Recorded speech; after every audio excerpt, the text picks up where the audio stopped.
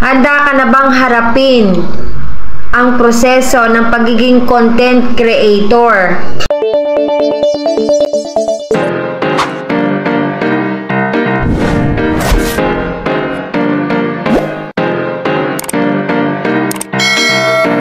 So ito guys, hindi po madali. Siguro kung susumahin mo lahat, taon po para ma-achieve mo yung monetization dito. Depende po yan sa galaw natin.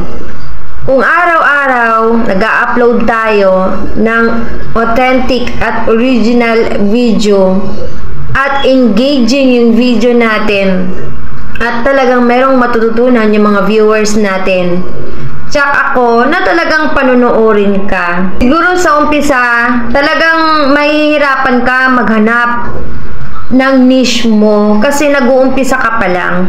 Pero habang tumatagal, matututunan mo pala ito.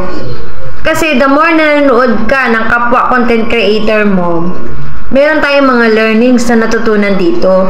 So, kailangan i-apply natin ito guys. Napakahalaga din na meron tayong character as a person bago tayo nag-join dito as a content creator. So, habang tumatagal, marami kang pagdadaanan. Diba guys? Mapapagod ka, mapupuyat ka, ayan. Lalo na kapag naglo-load ka, tapos yung connection mo hindi ganon ka lakas, 'di ba? Yung engagement mo minsan kapag hindi ka active, hindi mo gigisingin yung mga kapwa content creator mo, hindi ka rin nila i-engage. So, eto, marami kang rason minsan na gusto mong tumigil. Pero, eto guys wag na nating antayin yung iba, 'di ba? Na hindi pa gumagalaw. So, magkusa na tayo. So, napaka-importante na tayo mismo ang gagalaw doon sa gusto nating mangyari na maging success dito sa pagre-reels. Another traits na kailangan i-apply natin guys ay meron tayong perseverance. Ito guys, napakalalim pala ng meaning na ito. Ito, effort to do. Ayan. Tayo mismo ang gagalaw. Diba? Achieve something. Ayan. Kung gusto mong mapatunayan na meron kang ma-achieve, kahit nahihirapan ka, magkasakit ka, ayan, napakalalim ng meaning na ito guys. So siguro yung mga big content creator ngayon, siguro sa umpisa pa lang nahihirapan sila kasi kailangan nilang magbuo, 'di ba, ng maraming followers bago nila ma-achieve ito. So ito guys, siguro kung nag-uumpisa ka pa lang, ay relate po tayo dyan.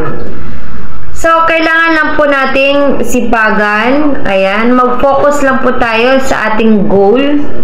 At yung mga character natin, kailangan i-apply natin sa sarili natin ito guys Kasi napaka-importante na meron tayong disiplina dito sa pagre-reels.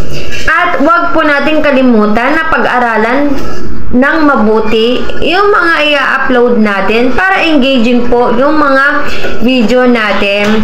Ang kagandahan kasi dito guys, sinasuggest mismo ni Daddy Meta yung mga videos natin. Kapag 1, 2, 3 na-catch up na ng mga viewers yung attention ng video natin, ay panunuorin po ng mga viewers natin hanggang dulo yung mga ina-upload natin. So, kung sa umpisa pa lang ay sa palagay mo na hindi mo pa napaperfect yung pag-upload mo, okay lang yan guys. Lahat tayo dumaan sa ganyan. Pag-aralan natin ng mabuti, busugin natin ng learnings yung sarili natin, 'di ba? Kasi kung gusto natin ma-achieve yung views na inaasam natin, in perfect time ma-achieve natin yan guys. So guys, I hope meron po kayong natutunan ngayong araw na ito. Maraming salamat sa inyong panonood. At kung hindi ka pa naka-follow, please click follow guys. At paki-comment na rin at babasahin po natin yan. Thank you for watching!